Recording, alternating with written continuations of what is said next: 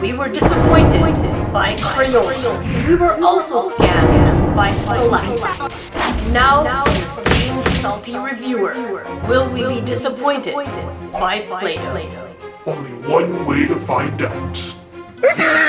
Hey Greens! So many of you asked me to do a review of Play-Doh's newest craft kit, Doh Vinci. This kit cost $33 Canadian. I'll put the US price over here as well. So it's not an inexpensive kit. It is quite the pricey kit. But it's supposed to come with everything we need to create, hang on,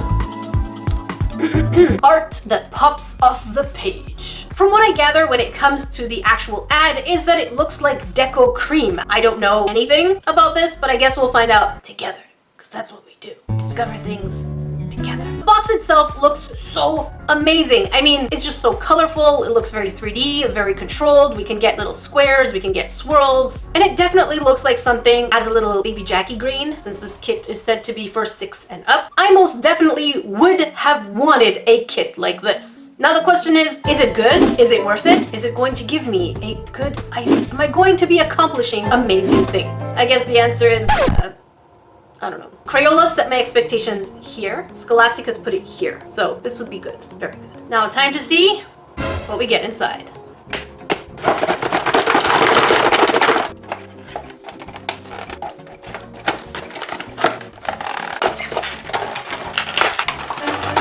One eternity later.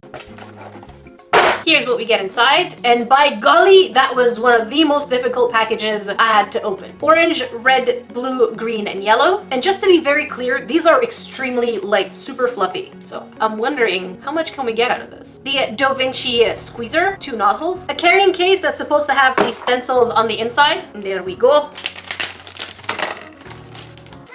So we get stencils in honeycomb wave kind of rainbow scale thing. Chain, stars, swirly sun, arrow, and another arrow. A guitar. A guitar. A guitar.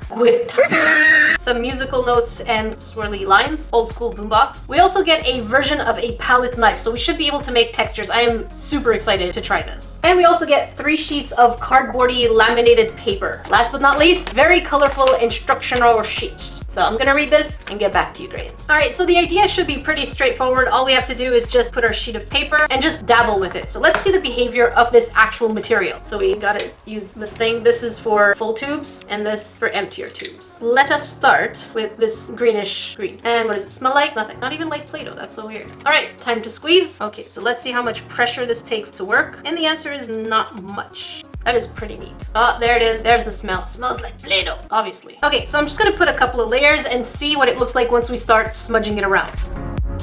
Aha. Once you start moving in a kind of circle, you really do have to either turn it or lift this up higher to make a proper circle. Otherwise, you're smudging your own work. Let's just put the cap back on real quick. First thing I want to do, I want to touch it. But first, as you can see, it's very puffy. It has this kind of foamy texture to it.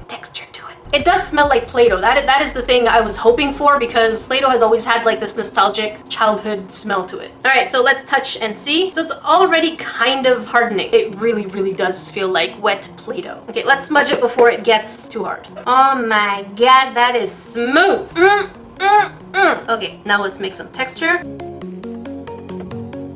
So this kit definitely reminds me of So Craftastic and Bailey when they did the painting with Play-Doh. I know I was challenged. I'm sorry I didn't get to it yet, but I guess here's my occasion to do it. It is still pretty wet. So my question is, how well will it layer? And the only way to find out is by doing the doing. So I'm gonna go ahead and do a project. And before you say, But Jakey, you're doing it wrong. the answer is no. No, I will follow a project on the box. So initially what caught my attention is this project right here, the one with the 2 koi fish and all the different textures. The downside of the instructional sheet is that it doesn't give you any kind of explanation on how to do an actual project like this. Am I doing the fish first and then the texture around it later? Or am I putting the texture first and then layering the fish later? Somebody tell me something! Yeah, so I'm gonna go ahead and give this project a try and let you know what speed bumps we might hit. So the first thing I did was decide to sketch out my little koi and then try to do the textures around it. But then that was like, nope, that's just not gonna work because the space in between was way too tight for the palette knife thingy majig. So I scrapped that idea and decided to do a layer of blue and then put the palette knife to make the waves let it dry, and then add the other layers. Good. The wobbly paper in there is really annoying. I have to spend more time trying to push it down with one hand and then squeezing with the other instead of focusing on the actual lines, which made it really hard to get straight lines or, clean lines as they showed in the instructions. Another thing that's a little worrisome is that once you do this, it becomes extremely bumpy. On the instructions again, it shows a very smooth surface. I know the whole point of this is to be 3D-ish, but I'm really trying to do the koi fish over here. Help me out a little bit because I really want to do the koi fish. Another thing that I noticed is that we are getting waste. Once you're doing that little pattern, you're going to get some of that dough on the palette knife. What do I do with this dough? Do I throw it out? How do I use it? Can I re-put it back inside the tube so that I don't waste it? Because that stuff comes in limited quantities. It's been about half an hour and it's still wet. It's still very soft, and I don't want to wait an hour between each layer because what's the point? If I'm in the zone and creating, what's the point of waiting half an hour between each layer? So hang on, I have my, wait. Let's speed up the process. Dang it! It's not plugged in! No!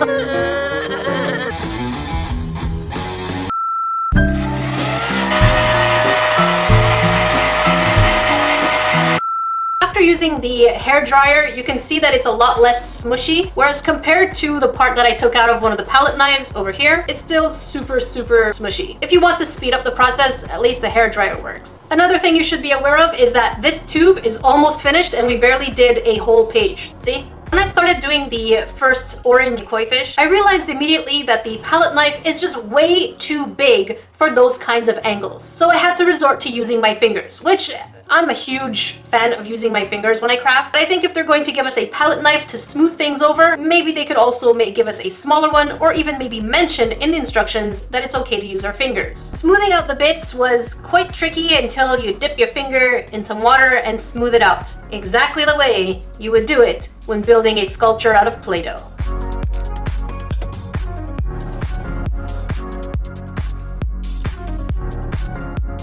I decided to try the stencil on the little fishy, but it didn't work the way I hoped it did because layers and squishiness. At this point, I am very convinced that a lot of the results they put on the box are most likely photoshopped because they look just a little too flat.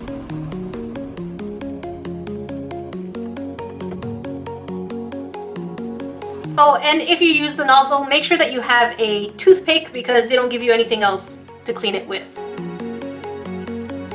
Out of all the little tools that they gave us, I have to admit that little X that looks like flowers is probably my favorite so far in this box. And here it is, my final Doh Vinci piece. Is it a masterpiece? Alright, so here we are in total 2 hours later. Let me show you something. Here's the initial swatch that we did at the beginning of the video. As you'll see, it's still pretty smushy, which means that for layers, if you're not drying it with a hair dryer, you're looking at waiting about 2 hours per layer. And this is a really thin layer. So thick parts, like the flowers over here, would take way longer, if not overnight. It's really cute. It's not a masterpiece, but it's absolutely adorable. But let's go over there and have a chat whether or not this is worth it. Time to find out. Is this kit worth it? Here on SaltEcrafter, just like Play-Doh, we might come in different shapes, forms, sizes, and colors. But in our essence, if you taste this, we're salty. As always, I will start with the cons, and if there are any pros, we'll leave them for the end. The first con is that this guide, the instructional booklet, has no help whatsoever. It technically should guide us in terms of layers, but they are so vague in terms of how it dries that you're not quite sure exactly what project you want to do or how to do it. Next are the colors. I absolutely love the colors, but I do feel like most of these projects and companies for some reason omit the color black. I know it's something that may not be necessary in terms of art, but it does help the other colors pop out a bit more. The paper itself is not firm inside the case, so every time I tried to move the palette knife and get the colors moving, it was like, nope, I'm coming with you. So that was pretty frustrating because I was focusing more on trying to keep it in place rather than working on the art piece. I had a feeling that the tube seemed a little too light, which meant that we were going to get a very limited use from each one. And as you can see, I barely did a full sheet of paper from the ones that they provided, and I pretty much almost ran out of blue. Don't think that you're going to use a color for full pages again. When it comes to the drying time, it can take anywhere from 2 hours to to 24 hours. The dollops that I did of the flour don't look like they're going to dry anytime soon. If you're looking for an art project to do while you're sitting down and relaxing and finish a project, this is not going to be it, because you're gonna do a lot of waiting unless you have the hairdryer, and the hairdryer has to dry, and you're gonna be like... The palette knife. It's supposed to be used for larger areas and smaller parts that you want to smooth in with the stencils. But they only give us one size, which means if you want to make a pattern, let's say on the koi fish, you're going to get smudges everywhere. And so because the palette knife is clunky and big, you can't really get into the details or corners, and you have to resort to using your fingers. By me, that's not a problem because I like getting messy, but it wouldn't hurt to have had 2 different sizes of the palette knife, also for the stencils, because you don't want to use your fingers for the stencils. If you look at the box, it is pretty misleading because when you look at it, the projects look pretty flat. Not the ones on top, but the projects like the koi fish. So it almost feels like these were actually made with paint and then a little bit of 3D paint later on to kind of compensate for the texture that they wanted this to be about. And photoshopping results is kind of a huge bummer. Let me show you in the instruction sheet as well. If you look over here, the guitar itself is an indication of a photoshopped result. The reason for that is because this guitar is supposedly under the stencil sheet, but it's just hovering on top of the stencil sheet and the paper that it was done onto. How can it be in 2 places at once? 2 places at once. Now, because we have bumpy textures, which is the whole point, don't get me wrong, I like the texture, but because we have bumpy textures, how can we get a smooth stencil piece on top? The answer is nay, you do not get smooth textures with your stencil. One of the things that I found frustrating for the 10th con is that I didn't have the opportunity to mix colors. I had these gorgeous, vibrant colors with no opportunity to make a purple if I wanted, or a brown if I wanted. They're all there, but you just can't do it. Once the project is all done, it's really cute. Let's say you want to put it on the fridge with magnets, no chance. It's pretty heavy, so you can't really put it on your fridge. So take that in consideration. It's not a light piece of art. Probably smack a salt with it. While I did spend about $33, this kit will only give you about 1.5 projects. So don't think that you can sit there and do 2 projects. 1.5 is as far as you can get because they don't give you that much dough. You can buy refills, that's where they make the monies. All right, on to the pros because I didn't fully dislike it. There are things I liked about it. The first pro, when I got this box, I was actually pretty excited. There was this kind of hype because it felt like everything was together and it had a carrying case, it had the squirty gun thing, stencils, a palette knife. So as a kit, there was a bit of a hype. The colors are super bright and happy. I love colors, even though I love salt. The colors there were really fun and I did enjoy them. There is playability, and that's what the biggest conflict is that yes, you do get playability, even though it does have its shortcomings. But again, as a whole kit, again, you're only doing about 1.5 projects. So your playability will be cut short and you might be frustrated because you'll run out of colors pretty soon. It is a relaxing activity. I don't have much to say about it except that I was in the zone and I really wanted to finish the project. And the 5th pro, the flower nozzle. I don't know why. I kind of liked it because it felt like there was like the suction going on and it was pushing and it was making that shape. I thought it would be distorted, but it really did keep its shape. So overall, it does have playability. There are some shortcomings like the drying time, limited color usage, and misleading results.